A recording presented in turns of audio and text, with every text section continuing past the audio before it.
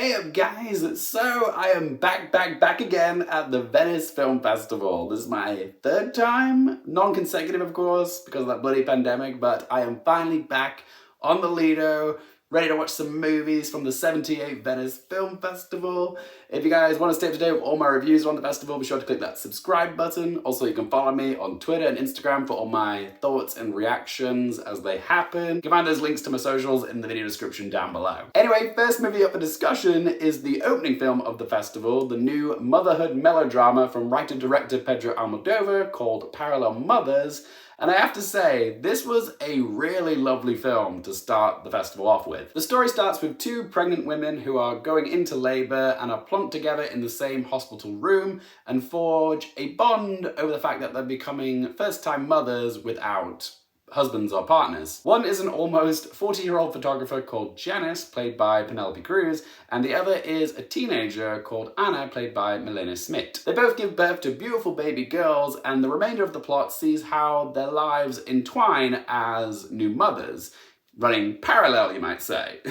That's all I'm going to say about the plot, because the gravy really begins to thicken about 30 minutes in. The remainder of the film gets a little bit soap opera-y, but this isn't some farcical, over-the-top comedy. It's very much set in the real world and offers an honest look at love, loss, and the messiness of motherhood. Really, the appropriate word I should be using is it's an excavation of those themes, because Janice's father of the baby, Arturo, who's played by Israel Ajoldi, he's a forensic anthropologist, and he's helping Janice to find the remains of her great-grandfather who was killed during the Spanish Civil War. They're trying to get permission to excavate the site where Janice believes her great-grandfather's remains are buried so they can take him home to be buried properly in their family plot. But you might be wondering, what does finding buried bones have to do with being a mother? Well, trust me, it all slots nicely into place in the third act, and also makes a lot more sense once you've seen what happens in the second act as well. What I love about Parallel Mothers is, firstly, the performances. Penelope Cruz gives one of her best performances ever in this film. Her character Janice is on the horns of a dilemma. I can't really say what it is because it's a spoiler, but it's a moral conundrum. And her character doesn't always make the right choice, but Cruz completely sells why she makes the choices that she does. I might not agree with her, but I understand why she does what she does. And in the hands of an actress with lesser capabilities than Penelope Cruz, the role of Janice could have been extremely unlikable, but Cruz still has you on her side in a sense while you watch it. There's also a fabulous supporting cast of complex female characters. Milena Smit does a wonderful job of showing the growth that comes when you're responsible for a child. Because she starts off severely underprepared for motherhood. I mean, she's essentially still a child herself. But gradually, the maternal instincts kick in and she becomes more responsible and independent. It's really rewarding to see how her character blossoms. But there's also magnificent work from some of the other players, and I'm going to cheat here and read the names of IMDb, because if I tried to memorize all these names and say them to the camera, I'm just gonna have,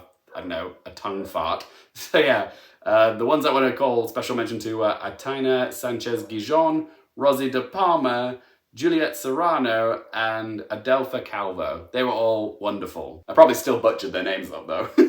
This is also an exquisitely shot film. The cinematography by Jose Luis Alcaine is so colourful and sumptuous. There's a real emphasis on food because so often we do associate food with our mothers. Whether it's a potato omelette, waffles, or luscious fruit, it's a very sensory, palatable watch. So let's ask them 3 questions. Firstly, would I watch this again? Yes, I thoroughly enjoyed Parallel Mothers. It seems quite conventional on the surface, but really, it's not. It's a film with a lot of heart, and it has something to say. Penelope Cruz is enchanting in it, one of my favourite performances from her ever. I would like to see her name in the Best Actress race next year, but I'm not sure if that's likely, but I can live in hope. But yes, I would watch this again. Question number 2, do I recommend it for you guys? I'm going to say yes again. For all the Pedro Almodóvar fans, this is a must-watch. It's a real treat, and also I would say if you're not very familiar with Pedro Almodóvar's work, this would be a good first film of his to watch, just to sort of like ease you into his work. It's not too heavy, but it's still very much a Pedro Almodóvar film. And third question, what score do I give it out of 10? Fantastic start to the festival. It really hit me emotionally, so I'm going to give Parallel Mothers a score of 8 out of 10. But as always, guys, it's just one bloke's opinion. I would love to hear your thoughts on Parallel Mothers. Are you excited for this film? Have you seen it? What did you think of it? Do you think Penelope Cruz might get an Oscar nomination? Whatever you have to say, let me know in the comment section down below. If you enjoyed the video, help support my channel by hitting that thumbs up button. For more movie, TV, and Oscars related content, don't forget to click subscribe, and if you want to follow me on any of my socials, all those links in that video description down below. And as always, thank you guys so much for watching. For more things related to movies, TV, and popcorn culture, I'm Luke Carefield, and I'll see you next time.